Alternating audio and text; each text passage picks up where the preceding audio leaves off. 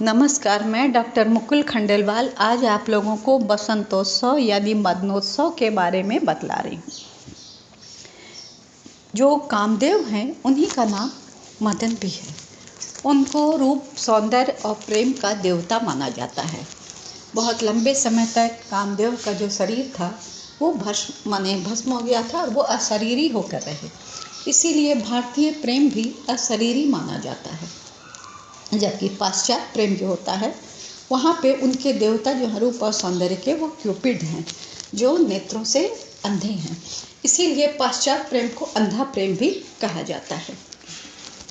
और अब हमारे यहाँ ये भस्म क्यों हुए और कैसे ये सब कथा हुई और क्यों बसंतोत्सव मनाया जाने लगा, इस प्रकरण के लिए मैं आपको अपने पूर्ववर्ती धर्म ग्रंथों की ओर ले जाती हूँ। तो यही उसमें वर्णन है कि दक्ष प्रजापति के यहाँ सती का जन्म हुआ था और सती जो थी बहुत सुंदर थी, बहुत तपस्या कर। सती शिव जी को पाने के लिए कठिन तपस्या कर रही थी और जो शिव जी हैं उनको उसके पिताजी जो दक्ष थे वो पसंद नहीं करते थे, क्योंकि उनका न घर न द्वार, समाधि लगाए रहना, तो ये सब उनको पसंद नहीं था। लेकिन पार्वती के हट के आगे और सो विधाता का विधान ही यही है सोच करके उनका विवाह तो कर दिया गया।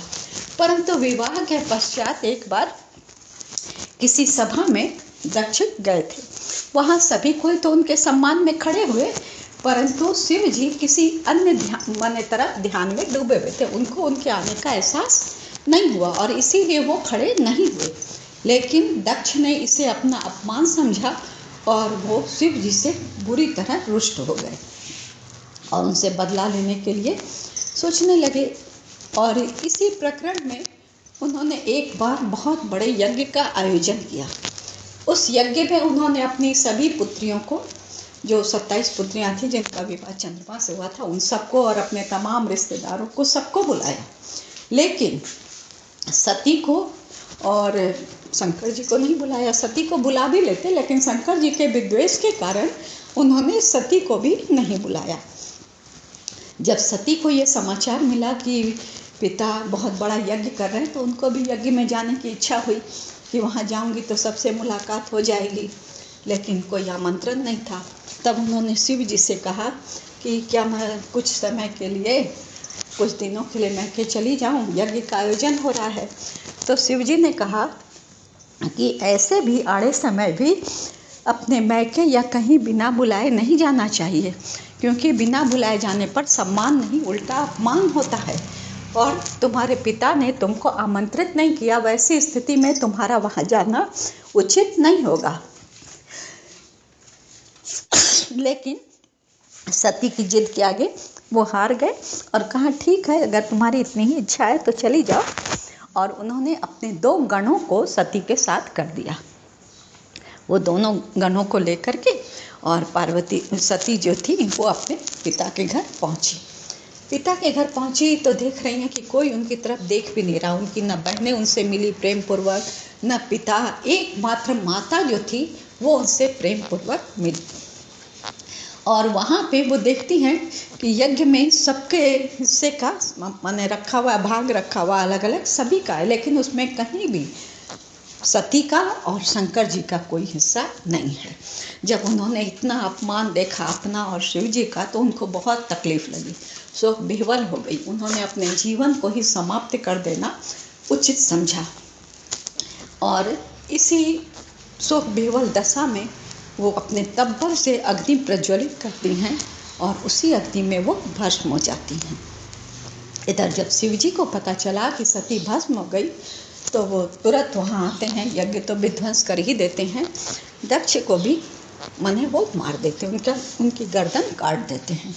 लेकिन सती की माता जब बहुत रोने बिलखने लगी, तो शिव जी जितने जल्दी क्रोधित होते हैं उतने ही जल्दी वो द्रवीभूत भी हो जाते हैं। तो उन्होंने बकरे का मुँह जो था जोड़ करके दक्ष को पुनर्जीवन प्रदान किया। लेकिन वो उसके बाद वहाँ से सती का शरीर लेके चले गए थे। आप लोग को पता ही होगा, 52 जगह चक्र से काट काट के विष्णु ने उनको कि माने इनको मोह से मुक्ति दिलाए। और जब सारा शरीर के 51 टुकड़े पूरे बन गए तो वो शक्तिपीठ बन गए। इधर शिव जी बाद में समाधि में लीन हो गए। और समाधि में तो लीन हो गए, इधर सती का अगला जन्म हुआ पर्वतराज हिमालय के यहाँ पार्वती के रूप में। उस जन्म में भी वो शिव की अनन्य प्रेमिका रहती हैं और शिव जी को पाने के लिए कठिन तप साधना करती हैं। इधर देवताओं और दैत्य थे, उन लोगों का युद्ध बराबर चलते ही रहता है, वही चल रहा था। कभी जो है स्वर्ग पे देवताओं का अधिकार हो जाए तो वो अय्यासी में डूब जाते थे, और इसी अय्यासी में डूबे रहने के फायदा उठा करके दैत्य लोग स्वर्ग पे अपना अधिकार जमा लेते थे। उस समय भी स्वर्ग पे दैत्यों का अधिकार हो गया था, और उन दैत्यों में ताड़कासुर राक्षस जो था वो महाबलशाली था, जो किसी के हराए नहीं हारता था, न किसी को मारे मरता था। तब सभी देवी देवता मिल करके ब्रह्मा जी के पास गए कि आपने इसकी रचना ऐसी कैसे की है जो किसी के मारे नहीं मरता है। तब ब्रह्मा जी ने कहा कि ताड़कासुर ने बहुत तप किया था, और उस तब्बल से उसने यह वरदान मुझसे मांगा है कि मेरा जो है अंत हो, मेरी मृत्यु जो हो वो शिव पुत्र से हो। क्योंकि पहले तो उसने मुझसे कभी मौत नहीं हो, मृत्यु नहीं हो, ऐसा वरदान मांगा। तो मैंने कहा ऐसा वरदान किसी को नहीं दिया जाता है, क्योंकि जो भी शरीरधारी है उसकी मृत्यु एक न एक दिन निश्चित है, अतः तुम कुछ और वर मांग लो।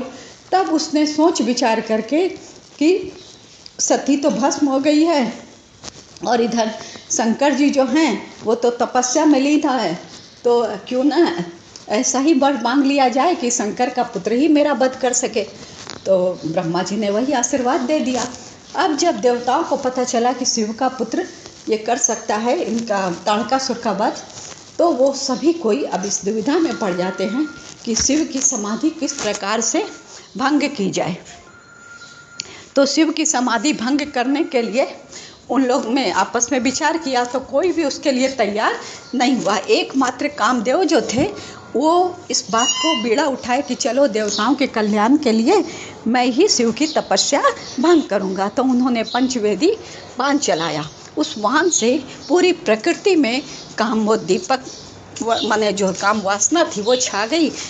पशु पक्षी पेड़ पौधे और सभी में यौवन का संचार हो गया, और माने सभी मनुष्यों में नर नारी में भी काम भावना का संचार हुआ। शिव जी का जो शरीर था वो भी पुलकमय हो गया। तो उन्होंने सोचा कि मेरे अंदर इस काम भाव का संचार हुआ कैसे, मैं तो साधना में लीन था। चारों ओर जब उन्होंने दृष्टि दौड़ाई तो देखा कामदेव है, और जैसे क्रोध में चूंकि उन्होंने अपने तीसरे नेत्र खोले थे और वो दृष्टि कामदेव पे पड़ी तो कामदेव तुरंत भस्म हो गए। लेकिन कामदेव के भस्म हो जाने पर जो है वो रति जो थी उनकी पत्नी बहुत रोने लगी। वो शिव जी के पास गई कि भाई मेरे पति ने तो देवताओं के कल्याण के लिए यह कार्य किया था प्रभु, नहीं तो वो आपके साथ ऐसा अनर्थ नहीं करते, आपकी समाधि भंग करने की कोशिश नहीं करते। तब शिव जी ने सोच विचार करके उससे कहा ठीक है जाओ, मैं तुमको माने तुम्हारे पति को पुनर्जीवन प्रदान करता हूँ। वो अशरीरी रूप में तो तुम्हारे साथ रहेगा ही, लेकिन जब कृष्णावतार होगा उस समय वो कृष्ण के पुत्र प्रद्युम्न के रूप में जन्मेगा और तब तुम उसे प्राप्त कर सकोगी। अब रति जो थी और सभी देवी देवता बड़े खुश हुए, और उसी खुशी में उन्होंने वो बसंतोत्सव मनाए। तब से ये बसंतोत्सव मनाया जाने लगा। और इस मदनोत्सव को प्राचीन काल में जो मनाया जाता था बसंतोत्सव को, वो इस प्रकार की नगर से बाहर एक उद्यान में सभी नारियां एकत्रित होती थी, और उसमें अशोक वृक्ष के नीचे सभी सुंदर सुंदर कलशों को ला करके स्थापित करती थी, सज-धज के आती थी। और ऐसा कहा जाता है कि अशोक के वृक्ष के नीचे जब सुंदरियां जाती थी तो अपने बाएं पैर से अशोक वृक्ष पर हल्का प्रहार करती थी। उनके उस पाद प्रहार से अशोक में फूल खिल जाते थे। हालांकि ऐसा मैंने कभी नहीं देखा, अशोक वृक्ष में फूल नहीं, लेकिन जो कहा जाता है कि वो फूल खिल जाते थे।